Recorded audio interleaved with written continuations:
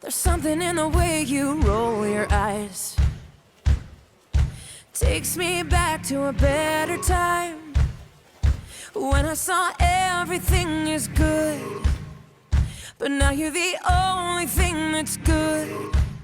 Żagħżugħ b'ambizzjonijiet kbar għall-futur u potenzjalment jista' jkun wieħed mill-plejers li jgħin biex Sliema jirritornaw bħala forza fil-waterpolo lokali. Dan mhu ħadd li Liam Galea, li speċjalment f'dan l-istaġun fl-età ta' 17-il sena qed jiddistingwi ruħu bħala plejer regolari fit-tim Slimis taħt it-tmexxija ta' Sergio Afriġ. Walk me home in the dead of night. I can't be alone with all that's on my mind. Liam Galea bedila fil-waterpolo ma' Marsa Scala qabel ingħaqad ma' Exiles fejn hemm komplejtej bil-kwalitajiet tiegħu. Ma' dan il-klabb u għamel id-debut fil-kampjonat tas-sajf fid-29 ta' Awwissu tal-2015 fil-playoff kontra Marsa Scala u inċidentalment f'din il-logħba Galea sab ix-xibka. Ma' Mena Plus, Galea jitkellem kif għażel il-waterpolo. So come on and show me how we're good. Bdejta meta kont għandni 12 sena u missier għalli tixtru prova l-waterpolo, xu kien jilab ukoll u tħajjert u bdejt u jien kont nagħmel futbol ukoll u kelli nażel bej waterpolo u l-futbol.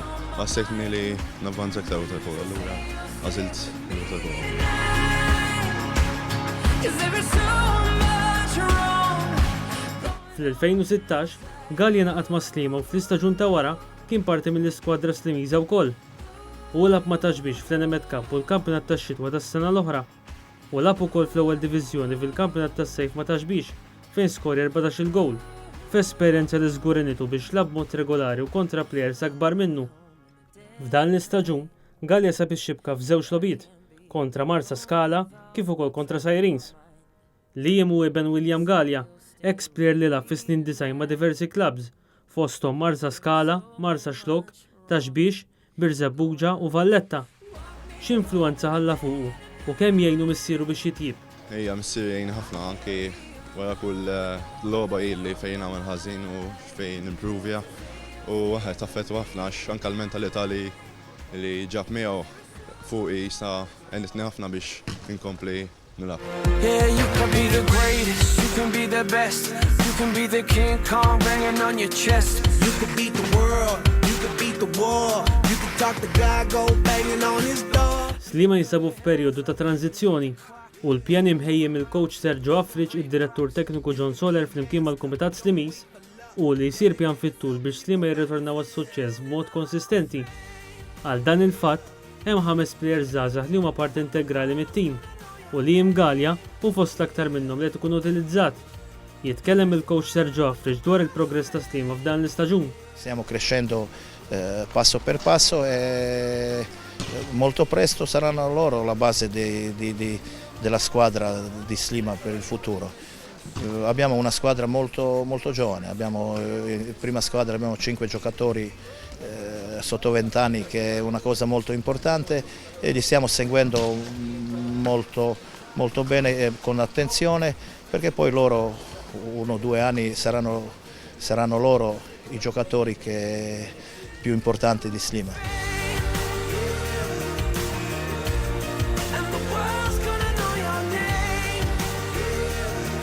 Il-kapten ta' Sliema Mark Meli ilu fit-tim madwar 15-il sena u jiftakar il-momenti ta' suċċessi fil-klabb kif ukoll l-aħħar snin li fihom Sliema ma kinux kompetittivi biżżejjed. Nistaqsu lil Meli kif jaħsibha dwar Liam Galea. Liam kwiet ħafna, misti, imma mbagħad jekk tmur tkellmu, pereżempju tajlu isma' li hekk u hekk, jisimak u li tajdlu jipprova jimplementa, fimt, mhux ħajamel ta' rasu. U vera napprezza anke tapprezza li taraħ, fimt, li vera jisma', fimt, he respects his elders a lot. U fiż-żgħażagħ tal-lum dik napprezzax ma tantx nara. Fimt, allura li għandu karattru tajjeb ħafna naħseb għal waterpolo biex ikun ma' tim ukoll, fimt, ma jaqlax problemi. He's a good guy. Fix-xitwa li għaddiet, Galea kellu esperjenza fi Spanja ma' Poblenou u mat-tim ta' taħt 18-il sena ta' San Feliu. Hemmhekk kellu l-opportunità li jitħarreġ aktar b'mod professjonali u r-riżultat ta' titjib tiegħu beda jidher minn April li għadda meta laf xi logħbiet ta' Slima fil-kampjonat tax-xitwa. Liam Galea jitkellem dwar kemm intu din l-esperjenza. L-esperjenza tiegħi ta' barra kienet ferm l-isbaħ u għanitni ħafna. Hemmhekk kont labs mal-Under 18 kont labna kontra top clubs fid-dinja bħal Barceloneta, Barcelona, Sabadell, kif ukoll lat ma' kbar fejn jerbaħt il-First Catalan Division. U għaż-żgħażagħ huwa importanti bħali biex immorru għax naħseb li jekk nibqgħu sejrin hekk nilħqu dak il-ċertu livell li barra minn Malta ma kellniex.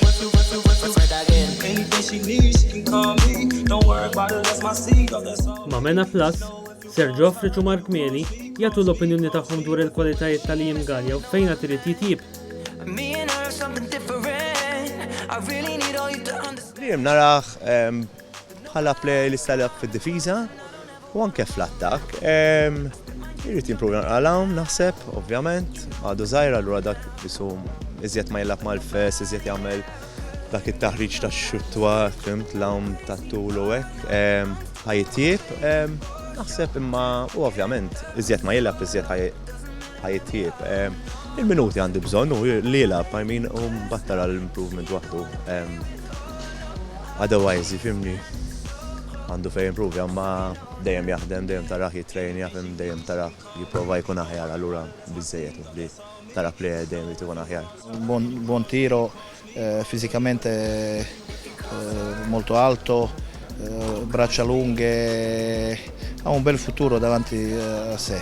Deve continuare a allenarsi, adesso anche per lui l'anno prossimo è molto importante, deve rinforzare il suo fisico, ancora non è molto forte, e migliorare il nuoto. Now what you not gonna do is stand there across from me. Kull żagħżugħ kollu fejn qed irid jitjieb. Nistaqsu lil Liam Galea fejn qed irid jitejjeb il-kwalitajiet tiegħu. Bħalissa at this age, I mean, aħjar li nsir iktar complete bħala kollox tip, or nsir iktar complete. Imma hekk irid nikber fiżikament iktar ukoll u nħosseħ li overall hekk nimprovi iktar kollox. Lui è abbastanza alto, in certe posizioni, può giocare certe posizioni dove i giocatori più bassi non possono, specialmente in difesa, e marcare il centro e poi con un ottimo tiro ha un bel futuro davanti a sé. Nistaqsu lil Galea x'inhi l-aktar pożizzjoni li preferila. Bħalissa għadni żgħir u ngħid li fejn jilabni l-kox aħjar naf kull imkien bħalissa biex nidra, imma l-iktar fuq barra nħobb naf kieku kelli nagħżel. Liam Galea qed jimmira li jiggradwa mill-Università ta' Malta fuq Business u IT. Iżda fl-istess waqt mhux se jinsa l-ħolma tiegħu li javvanza fil-water polo. Together or solo, it doesn't matter where we are, oh no, no. So if you hear about my lady, just know. Il-ħolma tiegħi ovvjament hija li water polo isu nħodha bħala job professjonali tiegħi u nilgħab barra tipo full time. U anka ma' Malta tipo nġibu nur kbar u nkompetu ma' timijiet l-oħra kbar barranin. Liam Galea plejer li lab mat-timijiet nazzjonali ta' taħt il-15, 17 u 19 sena.